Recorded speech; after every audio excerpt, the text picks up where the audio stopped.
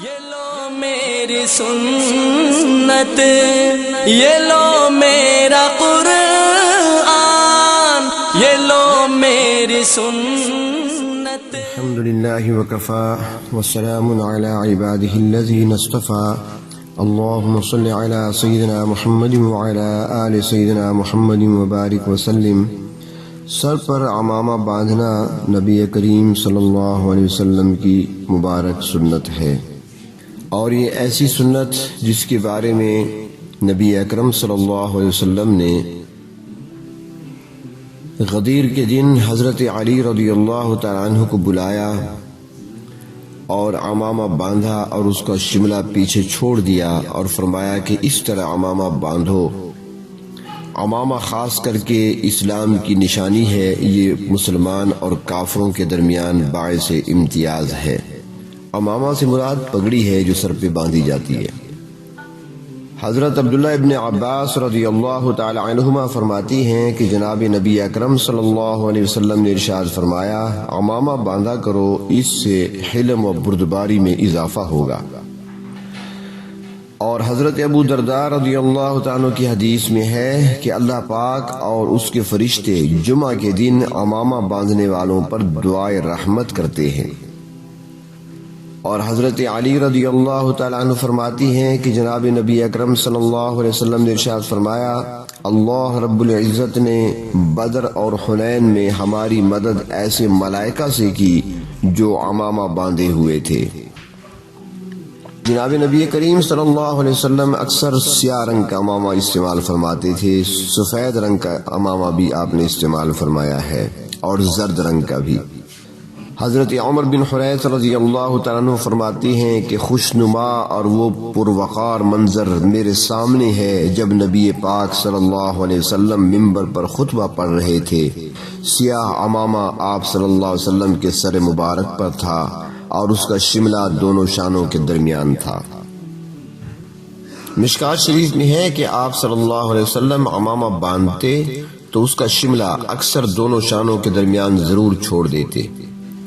حضرت عبداللہ ابن عمر رضی اللہ تعالیٰ عنہما فرماتی ہیں کہ آپ صلی اللہ علیہ وسلم عمامہ باندھتے تو شملہ دونوں کندھوں کے درمیان چھوڑ دیتے تھے۔ بہتر ہے دونوں کندھوں کے درمیان چھوڑنا، اور شملہ چھوڑنا مستحب ہے، اس کا ترک کرنا مکروہ ہے۔ شملہ آگے یا دائیں جانب یا بائیں جانب یا پیچھے چھوڑنا بھی منقول ہے۔ مسلمان عمامہ کے نیچے ٹوپی پہنتے تھے اور کفار بلا ٹوپی کے عمامہ باندھتے تھے۔ اسی فرق کو ظاہر کرتے ہوئے آپ صلی اللہ علیہ وسلم نے ٹوپی پر عمامہ باندھنے کی تاکید فرمائی ہے۔ مشکات شریف میں حضرت رکانہ رضی اللہ تعالی عنہ نبی پاک صلی اللہ علیہ وسلم سے نقل فرماتی ہیں کہ آپ صلی اللہ علیہ وسلم نے ارشاد فرمایا، ہمارے اور مشرکین کے درمیان فرق ٹوپی پر عمامہ باندھنا ہے، وہ ٹوپی نہیں رکھتے سر پر اور ہم ٹوپی پر عمامہ باندھتے ہیں۔ احادیث مبارکہ کے ذخیرے میں اگر دیکھا جائے تو آپ صلی اللہ علیہ وسلم جو عمامہ استعمال فرمایا کرتے تھے اس کے 3 رنگ ملتے ہیں، سیاہ، سفید اور زرد۔ سبز عمامہ کی روایت شاید نہ مل سکے ذخیرہ احادیث کے اندر۔ فرمایا گیا کہ عمامہ کھڑے ہو کر باندھنا چاہیے اور پاجامہ شلوار بیٹھ کر پہننا چاہیے، اور اس کے برخلاف عمامہ بیٹھ کر باندھنا اور پاجامہ کھڑے ہو کر پہننا فرمایا کہ نسیان اور فقر پیدا کرتا ہے۔ اگر عمامہ موجود نہ ہو، پگڑی موجود نہیں ہے تو رومال وغیرہ کا استعمال کیا جا سکتا ہے۔ حدیث شریف میں آتا ہے کہ آپ صلی اللہ علیہ وسلم عمامہ نہ ہونے کی وجہ سے کپڑے کے ٹکڑے یعنی رومال کی طرح وہ بھی لپیٹ لیا کرتے تھے، جس سے معلوم ہوا کہ رومال کو بھی سر پر باندھ لینا کندھے پر ڈال لینے سے بہتر ہے، کیونکہ مثل عمامہ کے باندھے اسے۔ مردوں کے لیے سرخ رنگ کی ممانعت آئی ہے حدیث شریف میں۔ حضرت عمران بن حسین رضی اللہ تعالیٰ عنہ فرماتی ہیں کہ نبی اکرم صلی اللہ علیہ وسلم نے ارشاد فرمایا کہ خبردار لال رنگ استعمال مت کرو، یہ شیطان کا محبوب اور پسندیدہ رنگ ہے۔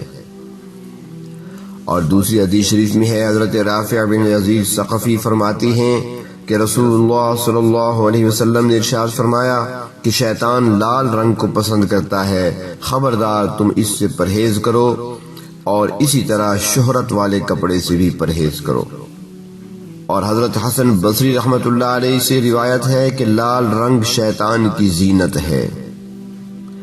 حضرت عبداللہ ابن عمر رضی اللہ تعالی عنہما فرماتی ہیں کہ ایک شخص کا گزر جناب نبی کریم صلی اللہ علیہ وسلم کے پاس سے ہوا، وہ 2 لال کپڑوں میں ملبوس تھا۔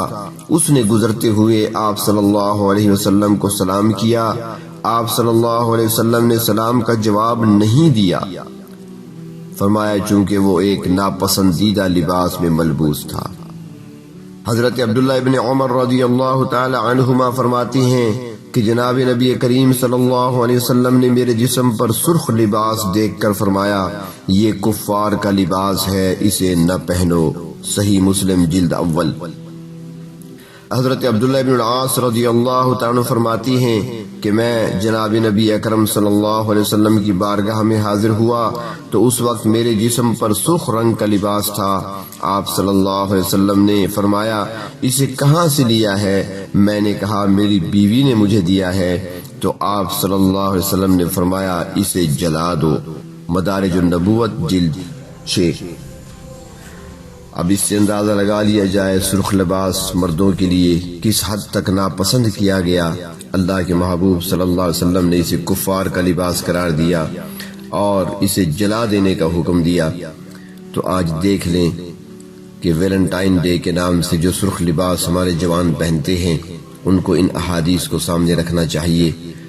یا ہندو ہولی مناتی ہیں، سرخ رنگ استعمال کرتی ہیں، ہمارے مسلمان بھی ان دنوں میں یہ رنگ استعمال کرتے ہیں، تو وہ بھی ذرا ان احادیث کو دیکھ لیں اور وعیدیں بھی سن لیں کہ اللہ کے محبوب صلی اللہ علیہ وسلم نے کس حد تک اس کو ناپسند فرمایا ہے۔ اللہ تبارک و تعالی اپنے محبوب صلی اللہ علیہ وسلم کی کامل اتباع نصیب فرمائے۔ یہ لو میری سنت، یہ لو میرا قرآن، یہ لو میری سنت، یہ دکھلائے گی تم کو اب راہ جنت۔